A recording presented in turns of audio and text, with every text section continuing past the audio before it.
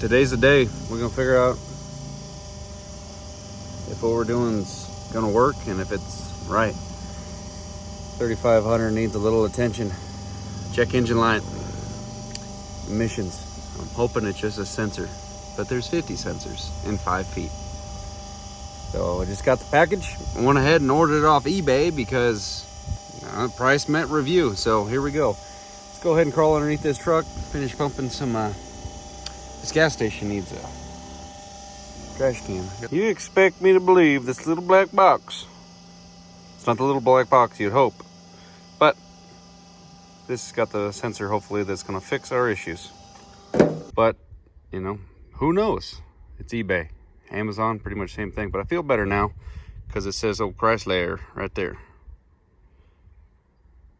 I don't know where PRC is, but let's install this thing. Set the tool truck up. I ordered some taillights for 3rd gen. Came with a redneck creeper. All right. Fingers crossed. They make a special tool. It's not an open box end wrench. Man, the 7/8 fits a lot better on the one that's in the package. But comment below if you know why I just threw my redneck creeper underneath here rather than driving this down to the shop. Well, as I debated my life decisions on getting the smaller wrench that might not fit or might fit better, I just went ahead and sent it. And, well, thankfully, she came off.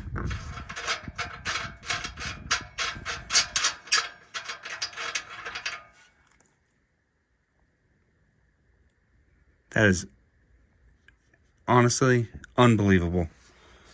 Normally,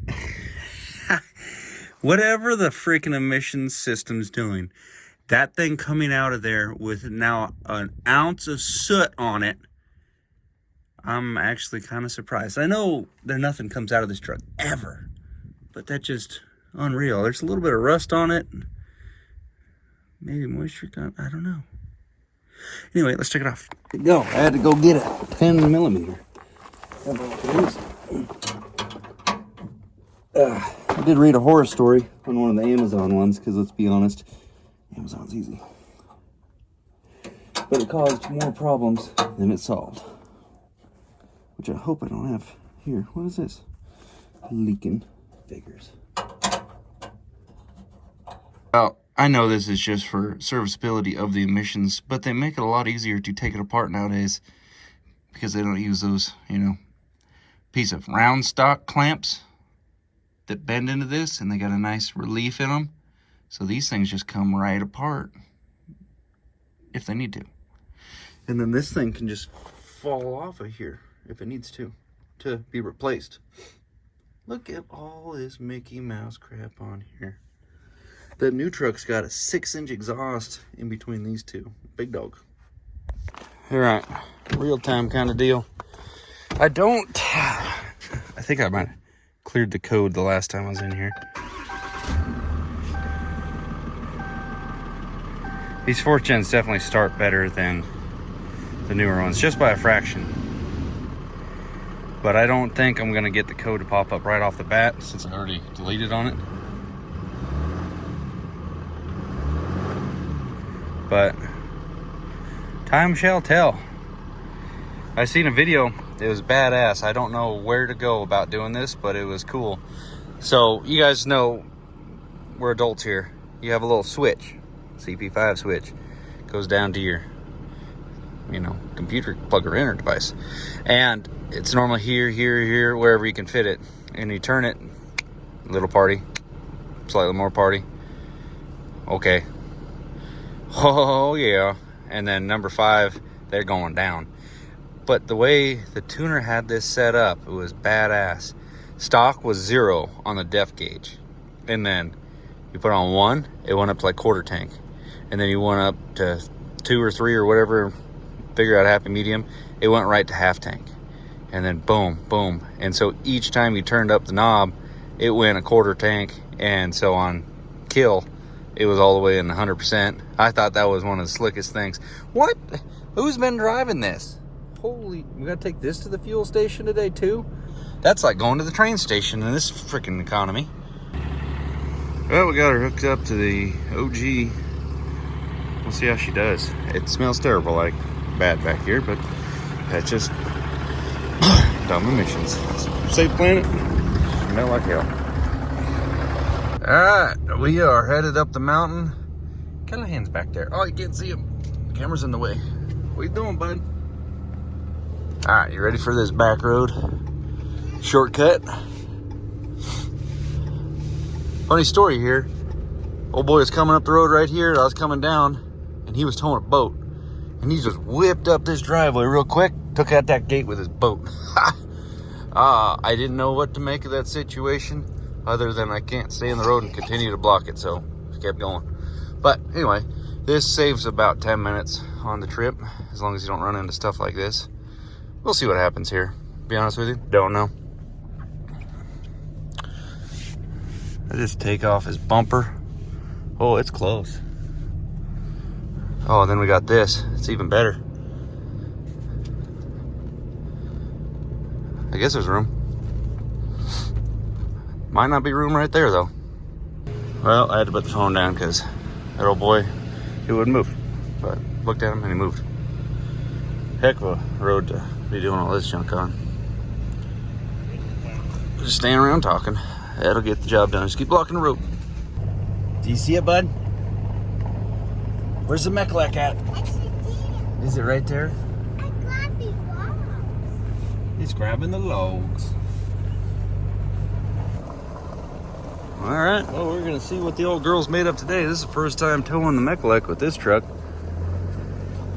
That machine is 22,000 with the counterweight and about another 1,000 for the grapple, so 23K on the deck back there. And this gate is extremely small. Oh, the automatic first gear unlock.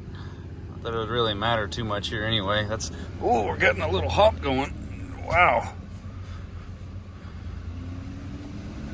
We got a road speed check hop. That was fun. Did you drop your apples? That's all finding for you. We got a good little test up the canyon, back up to the highway, and then down. It's gonna be a piece of cake. But then we got a couple other hills. We'll really let this exhaust heat up and see if we can, you know, make sure it's solid. We got a couple 100-mile turn and burn tomorrow, and then on Sunday, same thing.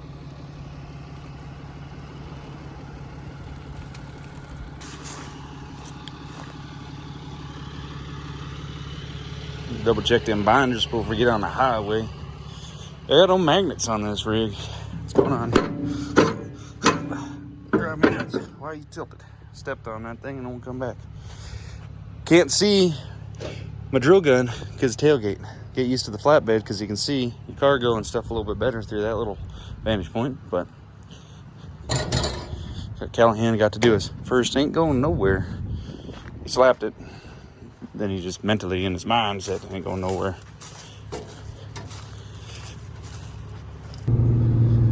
Man, it is a little bit different towing with a 3500 without any PSI in the bags. That's a little bit different. This trailer does have electric disc brakes with hydraulic actuation, you know, so the brakes are significantly better than any hydraulic drums, that's for dang sure.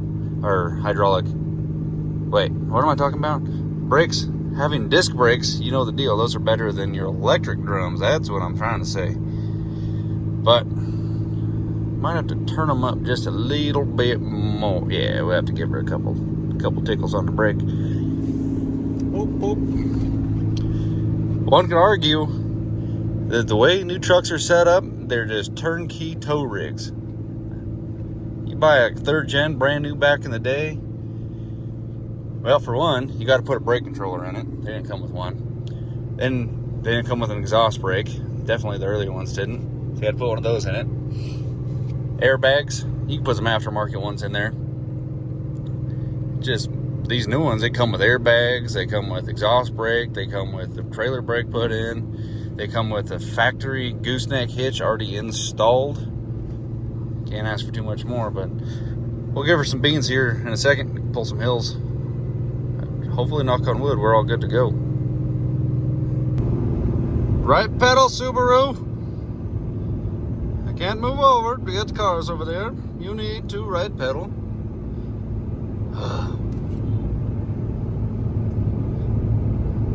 Everybody in this right lane needs to right pedal. I'm gonna lose a gear. Yep, nope, definitely. I was hoping to be able to pull this sucker at 55. I got it at 53 yesterday, towing the Prime with the new truck. But, oh, if this thing holds 50, that'd be outstanding. That'd be okay. Nope, there's 49. Son of a gun. Can't even maintain the speed limit because others can't maintain it. But pretty good how well this thing, for just a plain Jane dually, can tow that kind of weight.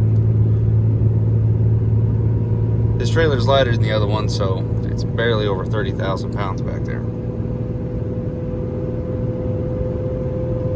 Alright, maybe this one will pull it at 50. I don't really beat on this truck too much. It's normally just kind of a cruiser. The 5500s, those things see wide open throttle pretty much all the time. There's wide open on this, it doesn't really make a difference.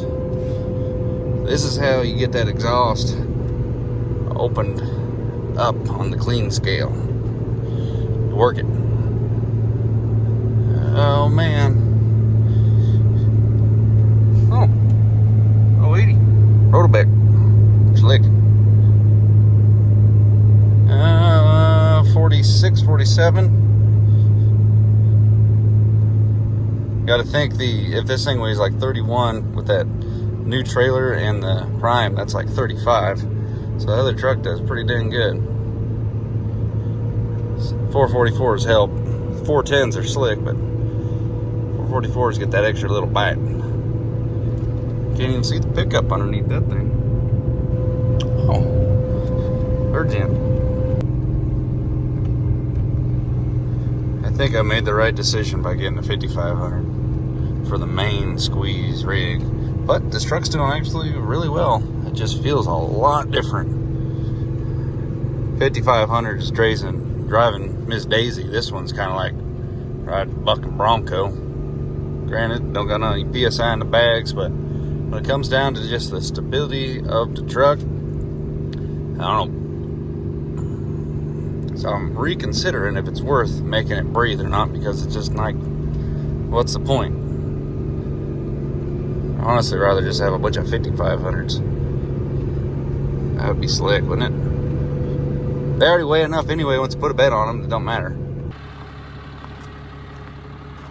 Well, I definitely towed a little bit heavier than this before, but I mean, stock for stock, does pretty dang good. The light stayed off on the engine, so we're happy there. You can see I'm on a little bit of a hill at the front end, but I don't have onboard air with this truck. Probably should have brought the compressor, but I wanted to get her done and get on back to the house. Mikulek, she's a heavy girl, but the plans with this truck, I think I'd just like to see it stay the way it is. I don't necessarily like making these kind of trucks project trucks, because that you could put enough money into this truck that you could buy a whole other truck and restore it pretty much, just on the idea of we're gonna, you know, add some. You might realistically get another 100 horsepower that could be considered reliable. Beyond that, you know, you're watching your monitoring systems more than you really want to when you're trying to tow. And if I could just hook up to the camper and just rock and roll on out of here.